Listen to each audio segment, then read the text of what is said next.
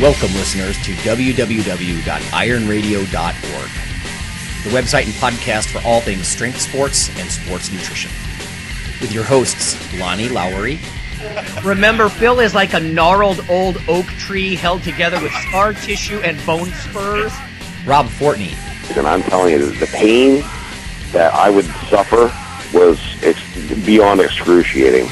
And Phil Stevens. Do it, Rob. You'll kill all those nerves. Thanks for listening. Welcome, Iron Radio listeners. This is Lonnie Lowery. I'm an exercise physiologist, and I'm a sports nutritionist, and I'm a former competitive bodybuilder. Hey, this is Phil Stevens. I'm a powerlifter, strength coach, run Strength Guild, and I'm heading down to another meet today. We got lifters in Kansas City and Milwaukee. Wow. This weekend. Yep. It'll be in my neighboring state, so to speak, in Wisconsin, Cheeseland there. Yep. This is Dr. Mike T. Nelson, faculty member at the Kerrigan Institute, owner of Extreme Human Performance, and creator of the Flex Diet certification. Hello, this is Kyle Dobbs, owner of Compound Performance Consulting and Training. Okay. Awesome. All right. We are going to get to Kyle in just a moment. We have two pressing listener mails here. They're questions about dietary supplements, actually, across the board. This first one is from Aaron. He says the title is ATP and HMB. Hey guys, have you any experience using these two products together? If so, what did you think of it? I hope all is well. Thanks, Aaron. I actually pulled up a paper from 2012. It's from the Journal of the International Society of Sports Nutrition on ATP supplements. I mean, to me, it sounds almost childishly simple, like, oh, I'll eat ATP and I'll have more cell ATP, more cell energy. But, it kind of works with creatine, so I didn't want to poo-poo it entirely. And I took a look. But alas, this is from Arts and Colleagues, ARTS, again, from JISSN. Oh, and by the way, we're going to have the founder of the International Society of Sports Nutrition, Joey Antonio. Dr. Antonio will be on in January, so he's always fun to talk to. Oh, yeah. Okay, but the title of this is Adenosine 5'-Triphosphate, or ATP. Supplements are not orally bioavailable, a randomized, placebo-controlled crossover trial in healthy humans. So that's a very tight design. I think some of our listeners know that. The background here, nutritional supplements designed to increase ATP concentrations are commonly used by athletes as ergogenic aids.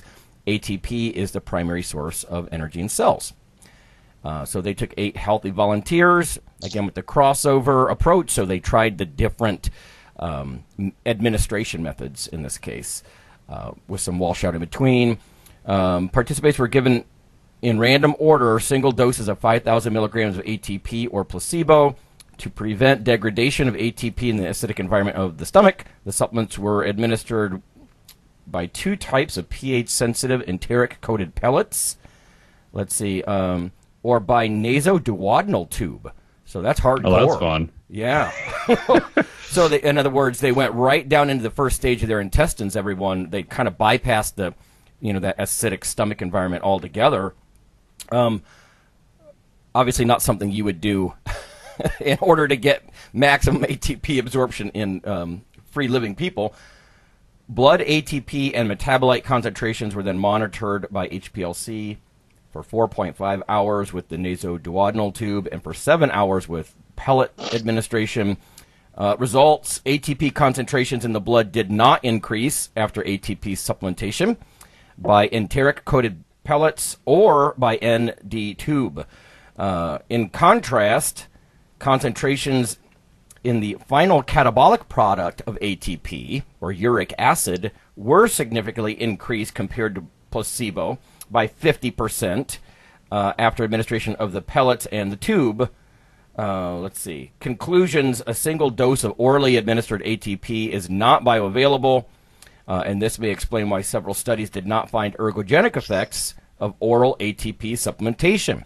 But then they go on to say basically it's curious that there were increases in its metabolite uric acid, which suggests the ATP might have been absorbed but sort of quickly metabolized down to its waste product, if you will, the uric acid. So kind of confirmed, and I guess the title spells it out, doesn't it? That they're not orally bioavailable. The HMB thing is a can of worms.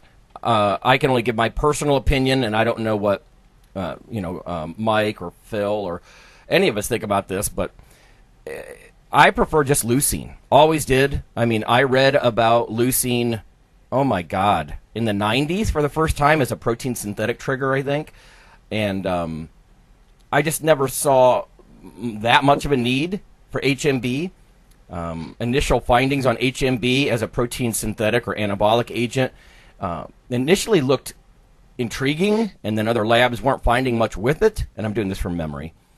But then there was sort of a renaissance. There were different forms of it. I don't know, maybe about 10 years ago, and Mike, you probably remember more of this than I do. Yeah. But and they tried, it was sort of this renaissance or this resurgence. I still wasn't that impressed. HMB, of course, being sort of a downstream metabolite of leucine. So, Aaron, my quick answer to this is I don't know what the idea is using them together, but I'm not a huge fan of either, honestly. But that's my personal opinion, again, along with a little bit of science. Mike, any thoughts on ATP or HMB? Yeah, I'll try to make this relatively short. The data I've seen on ATP is just not that impressive. I mean, they've tried that back in the mid-90s even. I remember sitting in an exercise phys class once and asking the professor, I'm like, why don't we just take ATP then as a supplement? He's like, well, they've tried that. Doesn't really seem to get, very far, very similar to the study you mentioned. HMB's been around for a long time. The patent is the main thing. The researchers supporting that tend to be positive when they were supported by that and not so positive by other labs. Mm-hmm. The free acid version came out when HMB calcium went off patent, so it looked like it was probably an attempt to try to have a different form that they could patent. In terms of his question, there is one study that looked at that. You can look up, it's called the interaction of beta-hydroxybutyrate, free acid, and adenosine triphosphate, muscle mass, strength, power, and resistance trains individuals. The lead author there was Ryan Lowry, no relation to Lonnie Lowry. Yeah. That was from Jacob Wilson's lab. This is in JSCR 2016. The conclusion of that was they said that strength gains after training were increased in the HMB free acid ATP supplement subjects by 23.5%, which is astronomically insane. Yeah. And part of me wants to believe that because that would be really cool, but that study hasn't been replicated. There's even, you can look in the literature, it goes back and forth. There was another one that Stu Phillips was one of the main authors on. It said discrepancies in publication related to HMB free acid and ATP supplementation. Mm-hmm. And Wilson, the main author, responded back to that. So there's just no other supporting data to show that with any supplement that we've had, excluding possibly testosterone, that there's anything close to that level of gains. Yeah. So I'm skeptical, no supporting data either.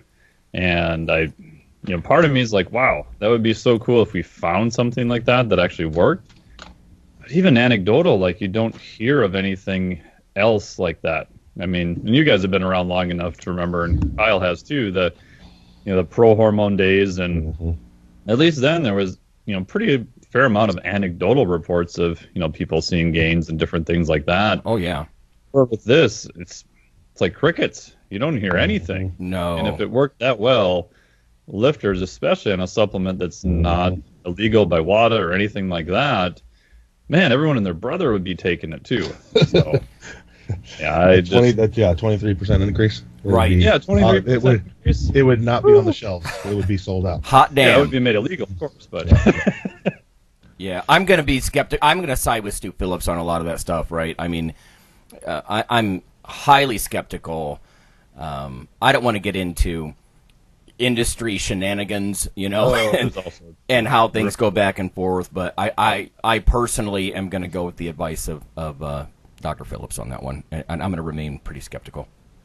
Yeah. So that's my thought. I mean, the only time I think HMB may be useful is if you have the case of maybe an elderly person, for whatever reason you can't use leucine, which I'm not sure why you couldn't in that case. But maybe there's something to formulation where it's more stable or something like that. I don't know. I don't know of any real big benefit, but possibly in that case. But like you said, Lonnie, I think just giving leucine is probably going to be much better. And in the studies where HMB was kind of positive from other labs, it was usually in the case of very low protein that it's being compared to. So yeah, you compare it to low protein or low leucine, yeah, there might be a benefit. But in the real world, well, just give them more protein and leucine. Right, yeah. Okay, well, you had something else, too. You had a question about supplements, right? Yeah, there was a guy who wrote in about, I don't have the exact email in front of me, but one of them was a supplement called MAP, which I had not heard of before. And it's called the Master Amino Acid Pattern. And it looks to be claims to be better than protein, a bunch of other kind of interesting claims. I don't know anything about this company. I don't have any disclosures or anything with them, but they said that it's a dietary protein substitute that contains a master amino acid pattern, a unique pattern of essential amino acids, and a highly purified form of crystalline. So I actually pulled the patent, which they do appear to have an actual legitimate patent on it, which again, for listeners, all patents are public knowledge, so you can go look that up yourself. It doesn't mean that it's super beneficial. It just means that it's unique and they've presented enough data to, be granted a pattern or a patent. Doesn't necessarily mean there's a ton of research on it. As far as I can tell, because I actually sat down and read most of the patent, it's real fun. It just appears to be an essential amino acid with maybe a few other things in it.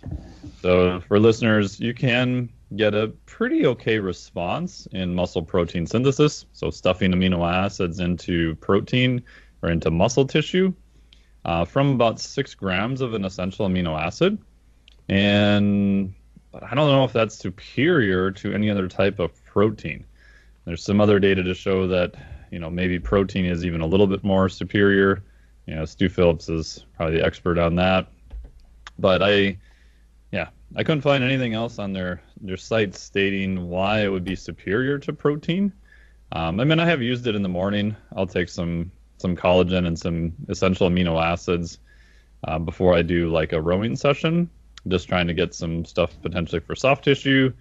And if I have a lot of protein and I have to exercise right away, sometimes that bugs my stomach a little bit. So that was the only reason I was using essential amino acids, just because it doesn't seem to bother me much at all. Mm-hmm. So I don't know. I can't find anything showing that it's superior. And like all things like that, I tell people just email the company and go, hey, what research is this actually based on? Can they give you any research, not necessarily on their final product, which would be great if they had it, but even something that's just more supportive, even done by other labs. Yeah, so. I'm again skeptical. This is reminiscent of, I don't know if you guys remember the name Pax Beal.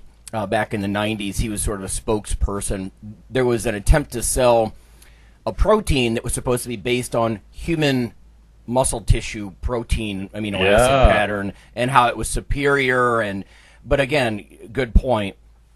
I would request, can you show me solid evidence, right, reviewed evidence that this is superior to something like whey or casein or some of the known really high quality proteins, right? Because it sounds intriguing. Oh, it's based on exactly the same amino acid pattern that makes up human muscle protein, so I'll eat that. But that needs to be tested and compared. So it's neat marketing, but I never saw anything convincing. So just like when I'm talking about just have the leucine, in this case, I would just go consume some whey protein. I've never seen anything. As far as the protein quality, whey is at the top of the heap on that protein digestibility corrected amino acid score, right? And listeners, not to bore you, but instead of just complete versus incomplete, you can get more granular than that. And even amongst the good proteins, if you will, you can get protein quality with something like that PDCAAS.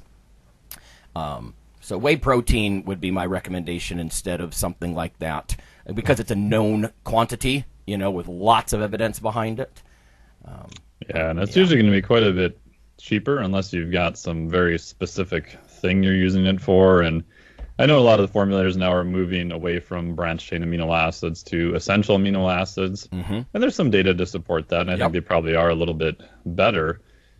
But again, I don't think they're going to be superior to actually protein. So right on. Yeah. Okay.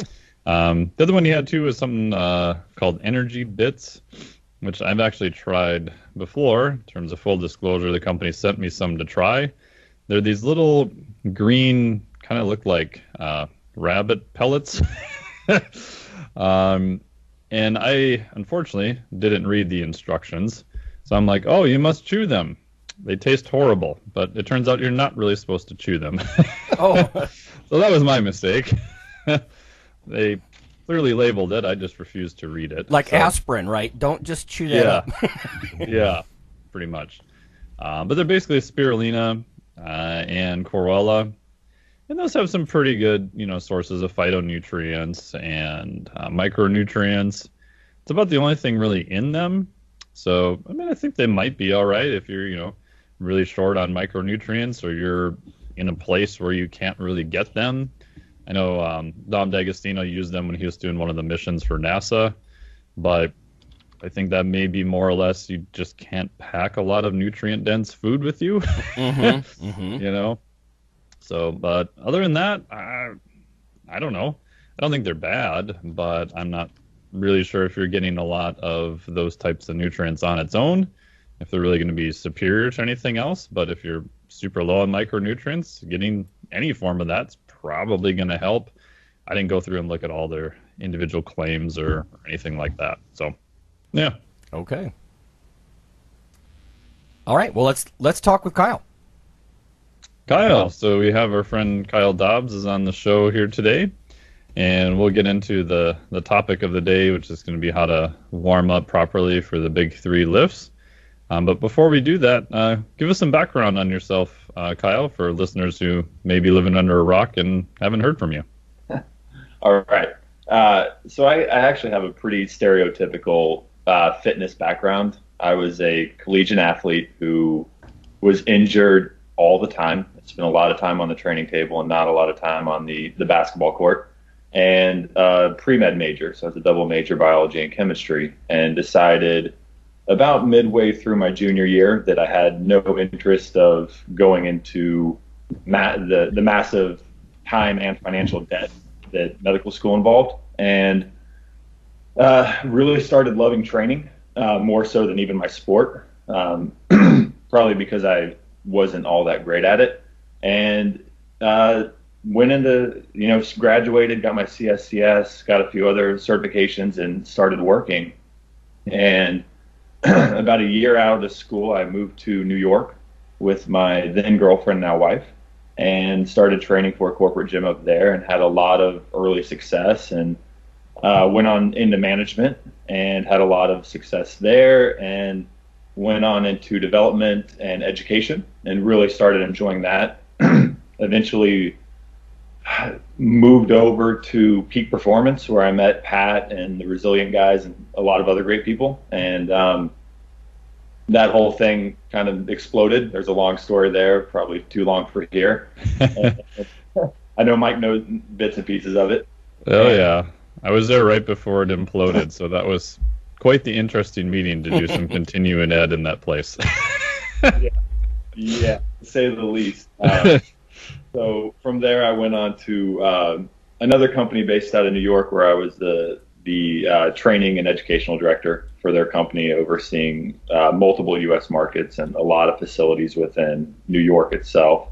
And then about a year ago, just wasn't happy at all with my lifestyle. I wasn't seeing my family and my wife and kids nearly as much as I wanted to, and was just really kind of stuck in the New York grind of 12 to 14-hour days, including commutes, and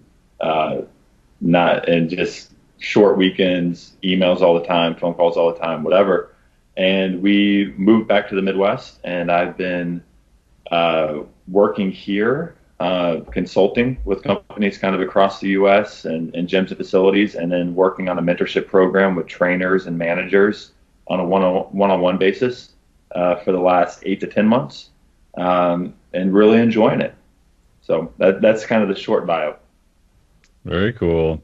Tell us a little bit more about what your decision was to move from New York back to the Midwest, because I think we have a fair amount of people who are lifters, listening in, who have very busy jobs and are probably contemplating maybe making changes. And we've got a lot of coaches and trainers who, obviously usually have a very kind of chaotic type lifestyle, but you actually picked up everything and moved out of New York City to somewhere else. So kind of tell us a little bit more about that process. Yeah, so at the time I was working with high-level executive teams and working on not only training, but also I was working alongside a behavioral psychologist. So we were running personality archetypes and blood panels. And then I was also working with the guys over at Omega Wave on their daily HRV scores and autonomics. And just looking at finding ways to decrease autonomic hyperactivity, whether it be through intelligent training mechanisms or environmental coherence and lifestyle coherence within the workplace and their actual lives, and seeing really good numbers. And about that time, I was really involved with that. I also went down to Costa Rica for Ben House's kind of first seminar series down there, and that's where I met Mike. And I started talking with all these other trainers and business owners and just people I really admired from across the U.S. and really started realizing that I had become a client myself, and I was actually kind of turning into the people I was studying and working with from a work life, behavioral standpoint. And at that point, that week was kind of the best I'd felt physically in years. Just getting out of the city, going to a novel environment, but also a very relaxed and comfortable environment, and realized that the environment was the cause of most of my stress. And the only way I was going to be able to deal with that, coping wasn't going to get me out of a 24-hour, 7-day-a-week situation. So was changing the environment itself. So I started kind of making a plan over the next year, and just left, up and left, and made a plan on how I could kind of run my own business and consult once I did leave, and keep a lot of the contacts that I had and leverage my skill set to kind of run my own business out of a place that was a little more quote unquote friendly to my psychology and physiology. And so far it's been really great. And getting my kids out of the city lifestyle and into a place with a backyard and better schools, and that was also, and closer to family, was also a really big plus for us. And yeah, haven't really looked back, but it was a gamble, but we kind of jumped into the water and learned how to swim and made it work. So definitely won't tell anybody it's easy, but it can definitely be done as well, especially with remote technology and things of that nature.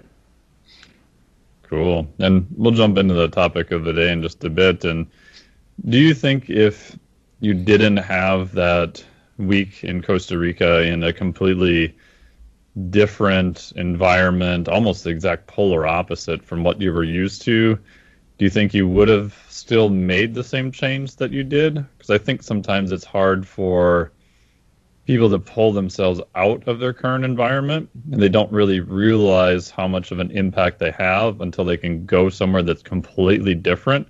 And then now they have this sort of comparison within their nervous system to be like, oh my God, I was really stressed. Absolutely. I don't think I would have had the awareness. It's when you're in that lifestyle, especially in New York, it's a very unique place, and it's its own bubble, where everybody thinks no one else in the world works hard enough. And thinking about it from that perspective is laughable to me as well. And the social norm is to grind, right? # grind. And if you're not doing it, somebody else is going to, and they're going to take your job. And the expectations are through the roof from a work perspective, both performance and actual hours worked.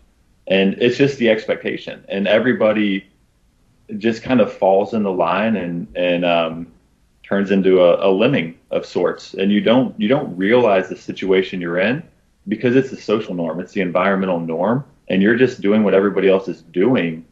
And then you rationalize it very easily with money, acclaim. If you're in a position to, like we are in fitness, to have followers and have people look up to you and be a mentor, so success and money really rationalizes the amount of autonomic damage that you're potentially doing to yourself over that time. And it's really easy to look at it and not see anything wrong with it, simply because you're just doing what everybody else is doing.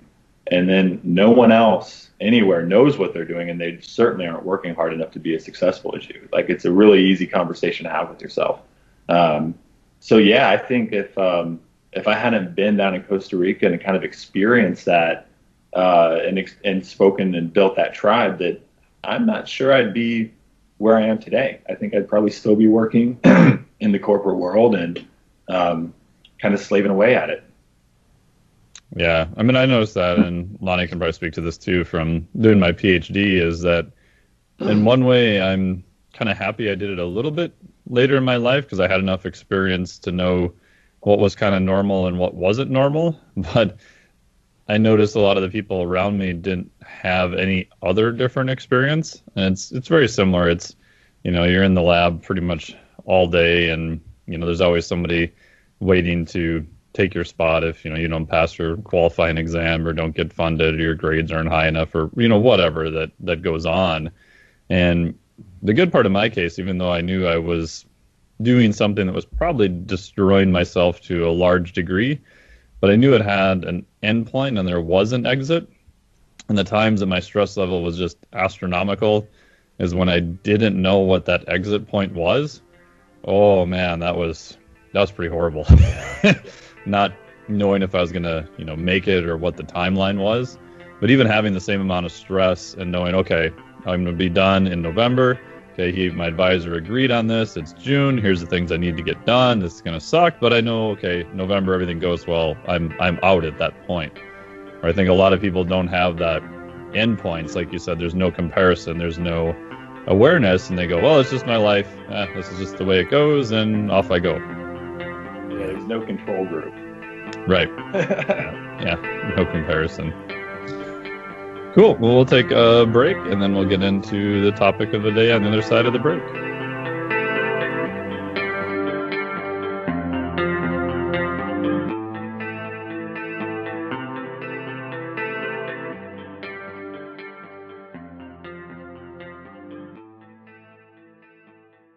I can't stop feeling. Some of us don't understand how lucky we are to be living in this land. Hi listeners, this is Rob Fortress Fortney. I'm here to remind you that as the holiday season approaches and your thoughts turn to giving, we like you to keep IronRadio in your thoughts. Over the past several years, there have been hundreds of listener comments hoping that IronRadio stays on the air for years to come. IronRadio is here for you. But as with any public radio type format, the show is listener supported. That's where you come in. For just $4 a month, you become a supporting member, keeping your weekly dose of education, experts, and gym talk flowing. Just go to www.ironradio.org and click on the $4 monthly subscribe button near the bottom of the page. Or click the donate button at the right of the page for a one-time donation. You are the Iron Brotherhood and Sisterhood. Of course, not everyone can afford to be a supporting member or a significant one-time donor. But for those of you willing to pitch in, $4 per month or $50 just once, we're about to sweeten the deal. Become a supporting member or major donor between now and January, and a limited number of you will receive a gift worth over $20. And we will never forget our existing supporters. Simply email me via ironradio.org, and I'll send you a free seminar from Dr. Lowry on how to significantly and realistically boost your testosterone levels. Help your iron brothers and sisters who cannot pitch in but deserve better internet programming in our sports. And happy holidays.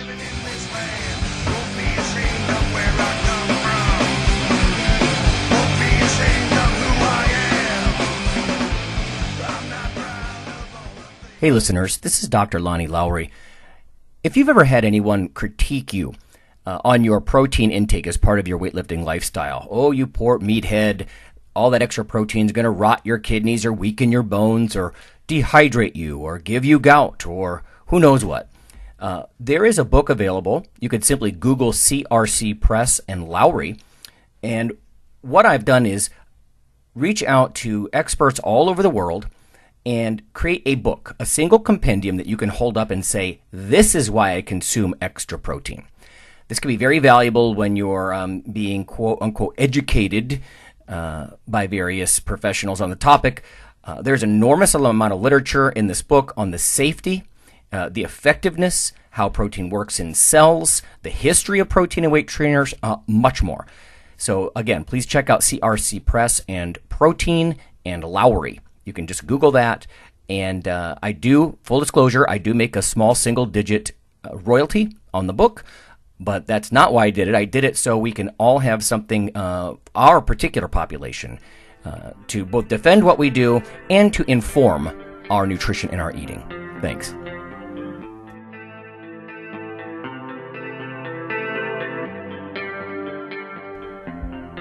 Iron Radio is, of course, primarily a podcast. But over the years, there have been technical glitches calling for backup streaming and listeners who wanted the convenience of other sources of audio content. Toward this end, Iron Radio is now simulcast and backed up on YouTube. If needed, please search Lawnman07 or Iron Radio from within YouTube. There's not much video, but if you like to listen through YouTube on a Roku or other living room device, there you go.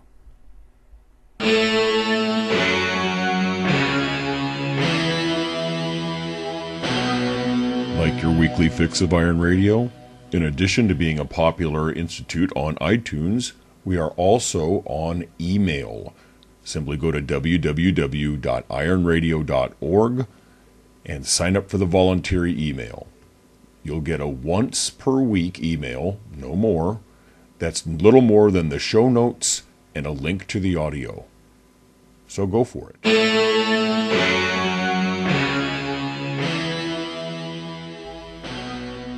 Hey, we're back here on Iron Radio. It's Dr. Mike T. Nelson, Dr. Lonnie Lowry, Coach Phil Stevens, and our guest this week is Kyle Dobbs from Compound Performance. And we're talking about ideal warm-up for the big three lifts. So why should we even bother warming up, Kyle? And about how long do you think a warm-up should be? Because I see people, like, I'm fortunate I only go to a commercial gym maybe once a week, but I go to a fair amount of places when I travel. And I usually just leave my headphones on and don't look at anyone. But, man, it's hard to miss a lot of the just bizarro stuff people do trying to get ready to lift. What are your thoughts on why we should warm up, and is there a ideal kind of time frame that we should look at? Absolutely. Yeah, I mean, I think one, I think the generalized term of a warm-up is often misused and misplaced. And, you know, I want to preface everything that I'm saying with the amount of warm-up that I think someone should honestly do is the minimum amount possible, you know, in almost every case. And that's obviously going to rely on context, training ability, training age, and goal, right? Your warm-up's always going to be differential or determined by your goal itself. So for me, from a warm-up perspective, like you're kind of dividing it into two phases. One is opening up movement capacity if needed, and the other is potentially ramping up your nervous system and looking at motor recruitment. So you've got a neural side of it as well. And both of those are also going to be context dependent when you're speaking about the big three, because I would consider specificity to be an important thing to also consider. If you're talking about powerlifting and you're talking about lifting specificity and trying to eliminate variability from a movement perspective, your prep is going to be completely different than if you're talking about a Gen Pop client or a multi-directional athlete in the big three lifts, and looking at trying to maintain movement variability while also working on bilateral sagittal strength. So your prep's going to be a little different there as well. From an assessment standpoint, I do the typical stuff now. You know, I've been around long enough to do SFMA and DNS, and now, you know, PRI, and looked into FRC a little bit, and some of the other major methodologies out there, and try not to be dogmatic to a point with it. But I'm really looking at positioning and table tests for a lot of my assessments. So I'm looking at internal external rotation of the humerus, seeing how their scaps slide. I'm looking at internal and external rotation and of their femurs, and then doing an Ober's test for extension and abduction. And most of the people that I see have pretty limited abilities to do most of those things. And so you're saying their general movement just kind of sucks. Yeah, and passively even, right? So I'm looking at passive assessments. So I'm really looking at that point movement limitations or mobility limitations, and not so much neurological limitations from an active assessment standpoint. So more of a soft tissue limit if we were to try to divide it into a different world. Yes, that would definitely be a good way to put it. So really all the preps I'm going to be doing is based off of that. But what I find is most people have very limited internal rotation. So that's something I'm usually going to be looking at pretty extensively, given both squats and deadlifts.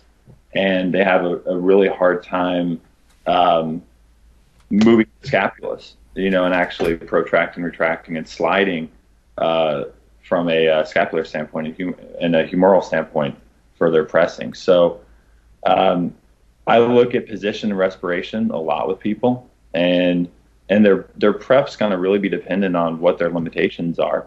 But generally, if you're familiar with the more PRI world, I put them in a 90-90 with abduction and reach. So what is a 90-90 for abduction for people who are not used to PRI terminology? So PRI is Postural Restoration Institute for people listening. Yeah, so you're using a bench or something that's about 18 to 20 inches off the ground. You could use a plyo box as well. And you're putting their heels on it, so they're laying, chest up, and they're 90 degrees at knees and hips. And they're going to be squeezing a block or a ball between their knees, just trying to find adductors, and then lifting their lower back and hips, pelvis off the ground, finding their hamstrings. And they're just going to hold through respiration. So we're looking at deep inhales and really deep exhales, trying to descend the diaphragm a little bit, and holding that position through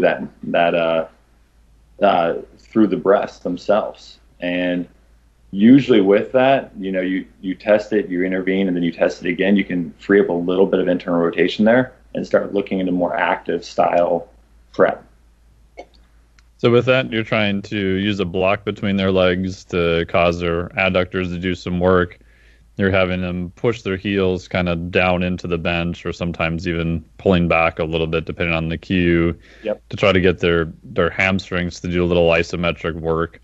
Obviously, the other end of the hamstring is going to be up in the pelvis, so maybe you get a little bit of change of position of the pelvis, so you've got more room for the diaphragm, and then you're having them hold that position while they're doing a hard inhale and exhale. Is that correct? That is correct. So that's kind of the first one I'll do with people, and then I'll flip it into an all fours position with knees elevated and heels against the wall. And they're kind of looking at the same thing. We're just adding a little bit more abs into it. So what does that look like? So they're on their hands and knees, they're on the ball of their feet, their heels are against the wall, and what kind of cues would you use at that point? So I'm still having them squeeze the ball between their knees, and I'm having tuck their hips into a neutral position, not into a kyphotic position, but just tucking their hips, not their entire lumbar spine. So their back is quote unquote more flat. Yeah, and then I'm having them go through like what would be the equivalent of a serratus reach with their scaps. And so what does that look like if someone has never heard of a serratus? Fair. So they're kind of in that what would be a modified push-up position, and they are reaching they're spreading their scapulus to push their thorax away from the floor, or their rib cage away from the floor. Gotcha. So they're trying to maybe it's an oversimplification, but like the cat camel type thing where you're trying to go from one position of the spine, but you're just kind of pushing your thoracic up towards the ceiling. Is that correct? Yeah. Again, you don't want to. I'm bastardizing the cues, I know, but that's totally fine. I think terminology is also a huge issue in the industry in general. I think a lot of us talk about the same things. We're just using different words and terms with it, and then arguing over semantics. Most right. of the time. And yeah, so you're trying to do that. Only you're not moving through the actual thoracic spine. You're moving the scaps along the rib cage. So you're hyperextension or hyperflexion of the thoracic spine. You're just kind of like reaching for an object forward, but you're allowing your shoulder blade to move, not necessarily keeping it pinned to your rib cage. Correct. Gotcha. Bringing this back, maybe it's premature to ask, but what's the reward for the lifter in doing these things? We're looking at increasing movement capacity. And again, it's if I'm looking at a lifter who's not trying to increase variability, so someone who might be a power lifter, and they don't want their scaps necessarily moving along the rib cage. They want to more pack them and kind of take advantage of that thoracic arch on a press. This isn't probably going to be that applicable for them, pre-contest or pre-training. It might be something they do as a recovery mechanism post-workout. If I'm looking at a general lifter who's just pressing for strength and hypertrophy, it's really looking at being able to move the scapula along the rib cage and the humerus for injury prevention along the way. Okay. Yeah. And I think a lot of people forget, and I know I forgot this early on, how much of your shoulder movement, especially in an overhead position, should rely on your shoulder blade kind of coming out and rotating underneath. Mm-hmm. If you look at that joint at the top part of your arm, like the humeral joint there, just use common speak, it's really, really shallow, right? And the people I've seen where you just put their fingers on their scapula, the shoulder blade, okay, keep your palm down, slowly bring your arm all the way out and over your head, and the scapula just doesn't move anywhere. Man, most of the time they've got some type of issue. Where if you can get that thing to rotate out underneath and kind of provide a shelf or a more stable surface, you're going to be able to support a lot more load. I mean, even if your goal is just to move the heaviest load possible. Any thoughts on that? Yeah, I think that's exactly what we're looking at, is increasing that movement capacity. And the biggest thing that I've found is with a lot of the methodologies that are out there now is, packing the shoulders is a big thing from a, quote unquote postural standpoint. When in reality, if you look at, any sport we play or most of the movements we do throughout the day, your shoulders, your scapulas are always moving, so it's not necessarily a very transitional cue when you look at how people take the gym to everyday life. And it was something that I always tell people, try to throw a baseball with your shoulder blades packed, right? Try to reach overhead and grab something off the shelf with your shoulder blades packed. And that's not going to work very well for you from just a general mobility standpoint. So what I've seen is people tend to get hurt from this training when they're training with packed shoulders on everything. And then they go to actually do a dynamic movement of some sort in sport. And they've never trained in that capacity, and they end up getting injured because they're not in a packed position. They're not in a trained position for them, respectively. Yeah, one of the exercises I've had people kind of change a lot too is just a simple one-arm dumbbell row. Like I'll watch them from the side, and they're trying to leave their scapula in that same position. Yep. And I'll even just take a super light weight and maybe even block them up a little bit higher, and I'm like, okay, now just let your scapula come all the way out and just kind of drop at the bottom. I'm not going to load you up. I'm not going to have you do any explosive movements there yet, but just get that thing used to coming out away from the rib cage. Mm-hmm. And after a few weeks of doing that, and then you can start loading it a little bit more, even if their goal is just hypertrophy or total amount of weight lifted, so far all their performance tends to go up because you're probably using a lot more muscle. You're probably making them more, reducing the risk of injury and things long term also. Yep. I mean, especially in that scenario, you're actually allowing the lat to stretch through the row. Right. You're increasing the range of motion and hitting endpoints, so, and not just relying on mid traps and stabilizers. Yeah. Do you do any specific warm-ups, Phil, for kind of shoulder stuff, or do you see a lot of lifters who've got shoulder injuries you're kind of working around? Yeah, it depends on the athlete, and like he's talking about what they're doing, and what we're working with. If I got somebody that has shoulder issues, yeah, we're going to do more of that. But in general, our kind of rule is your warm-up shouldn't take more than 8 minutes. Mm-hmm. And then we're in, we're out. I mean, and it's time to train. So you see a lot of it now with all the rollers and frickin' jigsaws and everything else. Now everybody's taking, they'll go in there and warm up for 45 minutes, assaulting themselves with everything on the market. Yeah, right. And then they get a 15-minute workout. So yeah, I mean, it depends on what we're doing that day, who the athlete is. I've got a lot of powerlifters, a lot of Olympic weightlifters, but then I also have a lot of sport athletes. So everything they're doing is different from the way they train. I mean, I don't train my football players like powerlifters. I think it's just that's not their sport.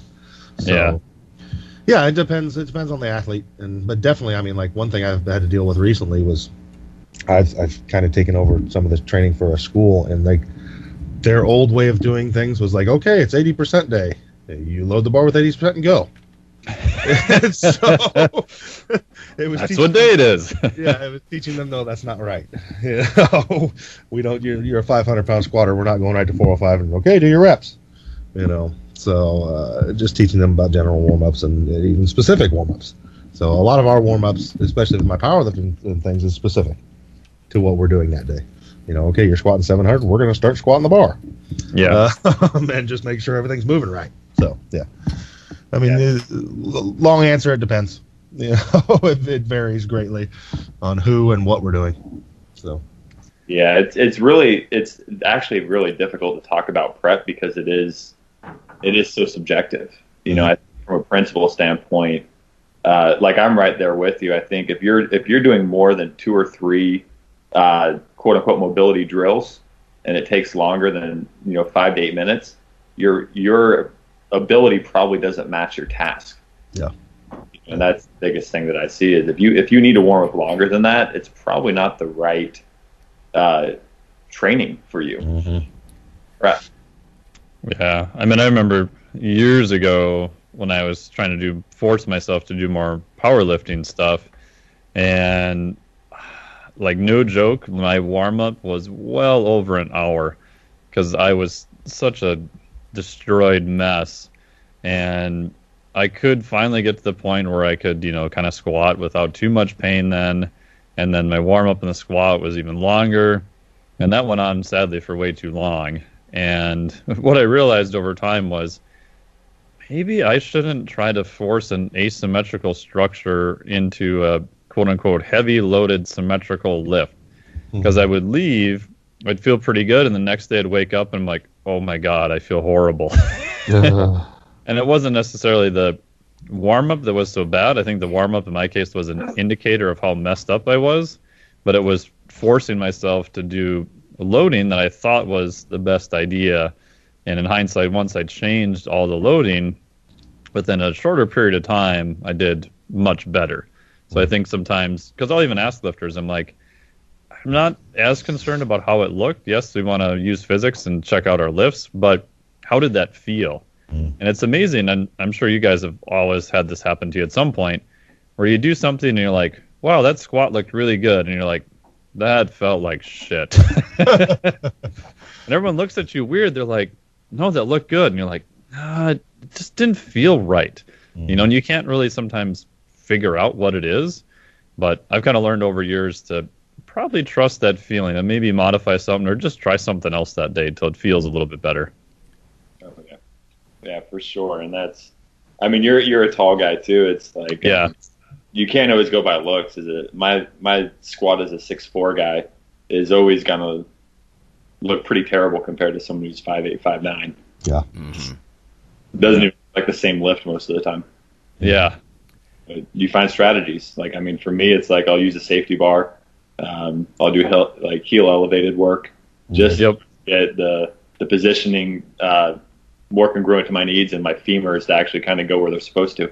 Mm-hmm. So, yeah. Do you have anything different you do in your warm up now, Lonnie, compared to 10 years ago? I do more like systemic stuff, just because my joints are shot, and I'm old, and I just want to warm up, like both local and systemic. Actually, when you guys were using the one-arm dumbbell row as an example, is it fair for me to think that what you're talking about is pretty powerlifting specific? Because now this is my bias, right? That powerlifters, everything gets so tight and compressed and retracted, and when you're talking about dumbbell rows, one of the first things you would do as a bodybuilder is try to get mind in the muscle and use your lat and not make a dumbbell row all biceps. You know what I mean? Yep. So I again, my bias would be that people that are interested in hypertrophy and bodybuilding, muscular development, maybe a little bit less of a problem with these things, because they really are trying to stretch and feel the bottom of a movement and things like that. Is that fair? Yeah, absolutely. Mm-hmm. Okay. It's funny. I go back to like looking at old school bodybuilding stuff all the time now after, all the education I've done for, quote unquote, like functional movement and things of that nature. And it's like, you look at what these guys were doing, and they really knew what they were doing inherently. When you start looking at how they were performing exercises, the things they were speaking about, and it's kind of this full circle moment as you're watching the old school guys lifting, and that row is a perfect example of it for me. Mm-hmm. I just think as you age, bodybuilding is almost a form of rehab or prehab, because of the way that bodybuilders tend to work full range of motion and get a stretch and be really cognizant of the feelings. It's not just to me. It's like powerlifting seems so efferent to me. Like drive it up, In bodybuilding, there's a more focus on this afferent aspect. This like mind in the muscle. I'm trying to receive these sensations, while I'm doing it. I'm starting to sound like Tom Platz a little bit here, but again with the old school, So. Yeah, I think you look at loads and tempo and actual working with full range of motion and focusing on the movement itself. And then structurally, especially as you age, just having more muscle tissue from a hypertrophy standpoint is also going to be beneficial. Yeah, good point. Do you find as you have gotten older, Kyle, that even with yourself and with some of your clients, do you find you end up adding more kind of bodybuilding work? Because I know that's one thing with myself and my clients. I've added more, where 5 years ago I didn't have much at all, even if, let's say, they're more of a strength, or I've got a couple obstacle course racers where, it's more of an endurance kind of strength sport. I just found that if I add 1 or 2 days of some easy hypertrophy, even just an upper day and a lower day, doesn't really beat them up that much. Their joints feel better. They get some hypertrophy from it. I just find that the results were actually much better for most people than they were of just trying to really pound them 3, 4, 5 days a week. Oh, absolutely. I think 4 or 5 years ago, especially like in the strength and conditioning world, like hypertrophy turned a bad word almost. Thing, right? And now I've been adding it into my own sessions for sure, but also for my clients because they like it. And for me, it's all about adherence. And like you said, you've listed off plenty of benefits for it. I think it's very valuable, but even if it was simply for the fact that they like to do it, and then performing hypertrophy style work would allow them to buy in to do the more, quote unquote functional or structural work that we'd be doing to address their needs. It's well worth it to me. I work with Gen Pop clients for the most part, at this point, and they're not obligated to work out with me or train with me. There's no obligation there. They have to want to. Like, I don't work with collegiate athletes that have to show up to a weight room because their coach tells them to. And for me, like that, it's not so much as an accountability issue, it's an ownership. And if they enjoy what they're doing, and if I can address their actual wants alongside their needs, they'll stay with me and they'll adhere, they'll show up, they'll do the things that, they're supposed to be doing. And if they enjoy doing it, they'll also start looking at lifestyle coherence and doing the things outside of the gym. that are going to, again, benefit the things being done inside the gym towards their goals. So hypertrophy is definitely something that I've added in quite a bit for, and with really positive feedback from both men and women that I train. They love doing it, and they love the way they look from doing it. And like you said, it doesn't beat people up. Like, you might have a little bit of DOMS, but you don't have joint pain. You don't have like neurological fatigue. You know, you don't feel like crap the next day. You can go in and go lift again. Yeah. So, yeah, I know a buddy of mine here in the Twin Cities. He's trained a lot of pro athletes in the NFL. And many years ago, he was training them, and he was, very big into, plyometrics and nervous system recruitment, and, for good reason. There's good transfer to that too, especially elite athletes. And it was funny because he was saying that these guys wanted to do arm day. And initially he's like, no, there's no real purpose for that. And these are, pretty big jack dudes already. And eventually he came to the conclusion of, okay, you do my purposeful training 3 days a week. Friday, you can do a half-hour arm day. And he's like, his compliance, he said, just went through the roof. And he's like, well, there's no real downside. He's like, I'm not going to overtax them by 30 minutes of arm day. And so he asked one of the guys on the Friday when they're doing their arm day, which they're all excited about. I'm like, well, why are you guys so excited about this? And the guy's like, my arms got to look jacked on TV, bro. And it was kind of interesting because you sometimes forget that even a professional athlete who this is their career, they're getting paid millions of dollars, they still want to look good, and there's, he realized that his compliance then was so much better. He's like, wow, this turned out to be like one of the best things I ever did. Yeah. You know what, you guys, I think honestly, to be fair, right? I mean, Iron Radio is about powerlifting, bodybuilding, sort of this beneficial blend, of course. I think one of the things a lot of the people who if all they did was one-arm dumbbell rows or dumbbell flies and things like that, I really think just from a hypertrophy perspective, they could really pick up a lot, whether it's Gen Pop or the hypertrophy-only guys, just learning how to get set, get tight, and do a strength movement like powerlifters, right? How many times have you heard bodybuilders say, I really made tremendous gains by basically doing powerlifting for a year? Mm-hmm. So there's really something to be said for the opposite of this too, is getting set, getting tight, and really looking at performance for a while. I think a lot of the bodybuilder guys could benefit from that too, just kind of going the other direction, Yeah, I think it's novel stimulus, right? If you've been training in the same arena for 5 to 10 years, you're going to plateau at some point a little bit, and as soon as you add in a novel training environment and a novel training technique, you'll probably start seeing more and more progress through that. Mm-hmm. And then back or you mix and integrate the two together, and it's like you kind of restart your training to an extent. Yeah. Yeah. Do you add more hypertrophy stuff, Phil, as like accessory work, I'm guessing, at your place? Because obviously you're training in more a private facility, so compliance is a huge part. Yeah, it's like 100%. Yeah. My job.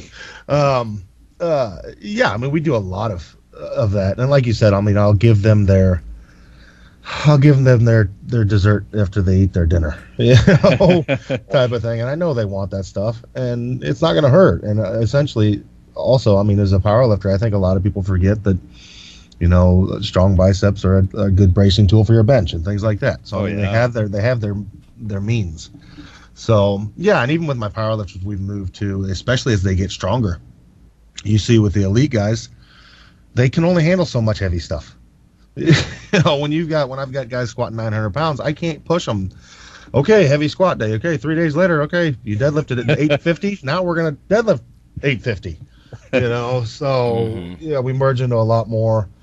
I'm doing a lot of like one heavy day as far as squats and deadlifts, and then one more of assistance type day for that stuff, and same thing with bench. So it depends on the athlete and where they're at, but yeah, you got to give them some of that. And then my sport athletes, it's all over the place. It's more just general strength and conditioning. I'll have a dynamic move, and then after that I'll have a basic strength move, and then we do lots of upper back work.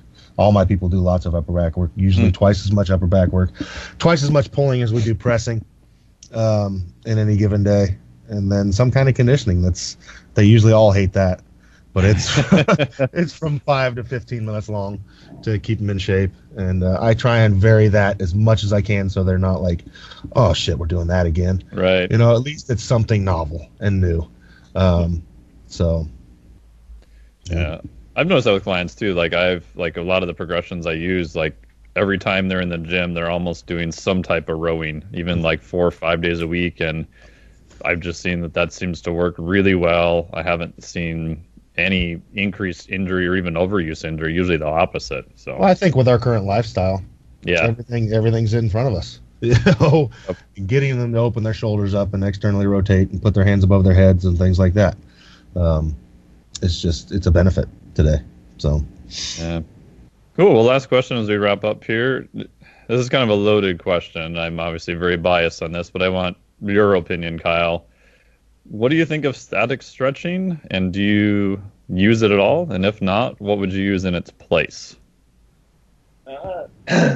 I mean, for me, when I look at static stretching, I look at, what is somebody's intent behind static stretching? Do they think they're actually lengthening muscle tissue, or are you looking for like a Golgi tendon response? I think it's the people who find mobility gains from that are mistaking neurological response with increased muscular length. So I think it does have a place, right? I think there is value to it. I think understanding why you're doing it and how to apply it is going to be very important.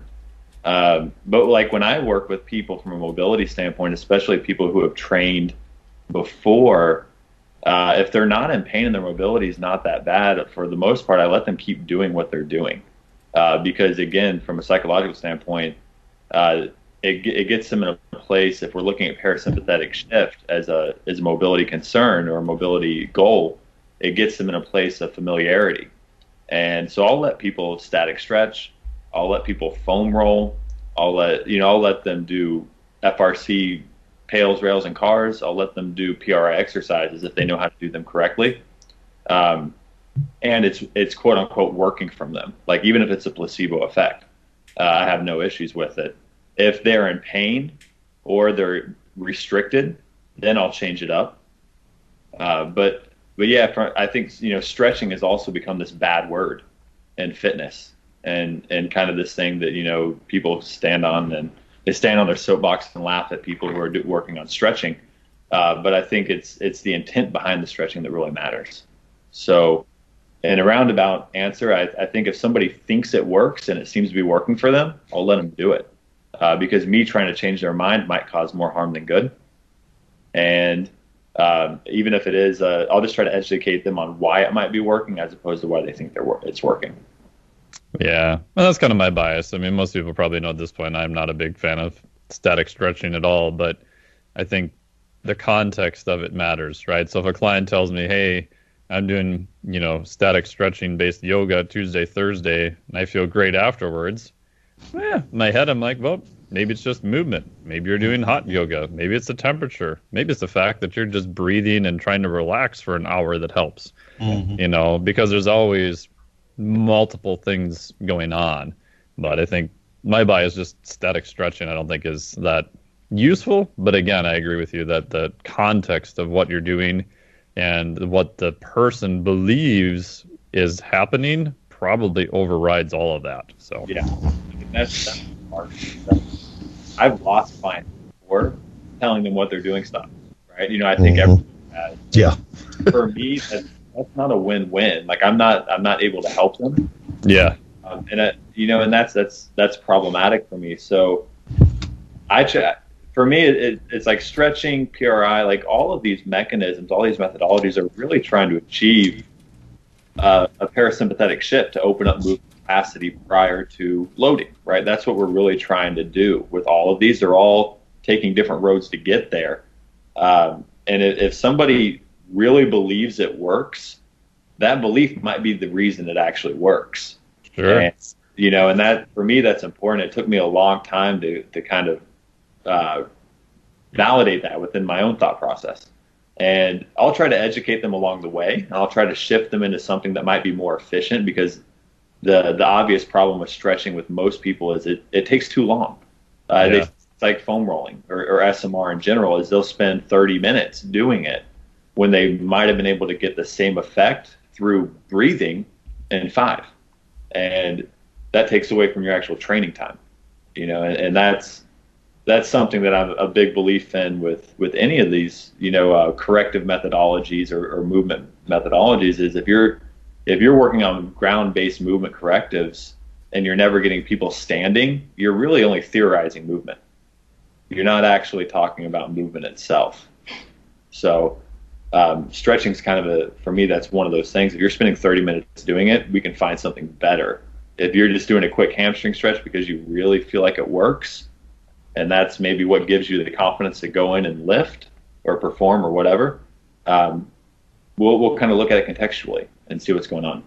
Yeah, awesome.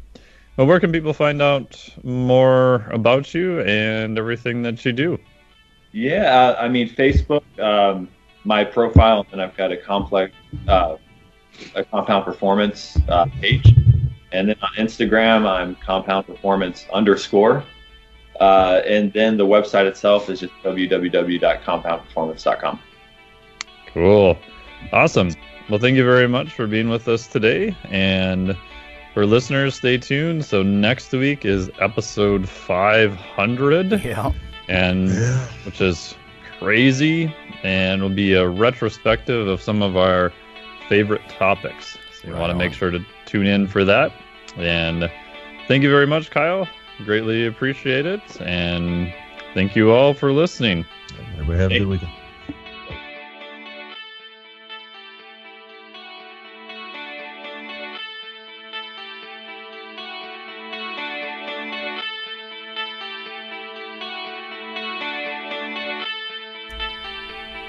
Hey listeners, have you seen the store at IronRadio.org? There are 3 halls in the store. One for Phil, one for Fortress, and one for myself, Dr. Lowry, and they're thematic. So you can go into our Halls of Iron store and choose based on your goal. If you need something to learn or read or something nutritional, you can look in my store, Lonnie's store. If you want something about injury prevention or competition, then take a look at Phil's Hall of Iron. And if you want something about motivation or daily training, Fortress's Hall has what you're looking for. There are some fun, heroic descriptors as you browse through the stores. We try to make it a little more fun than the average boring online store.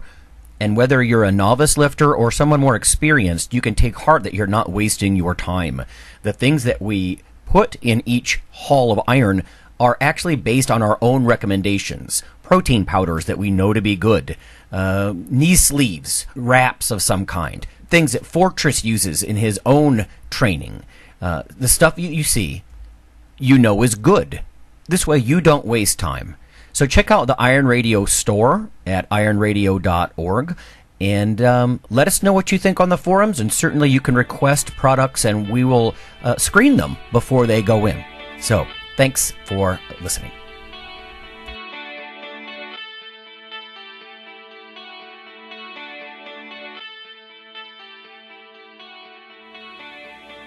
Iron Radio is accepting donations.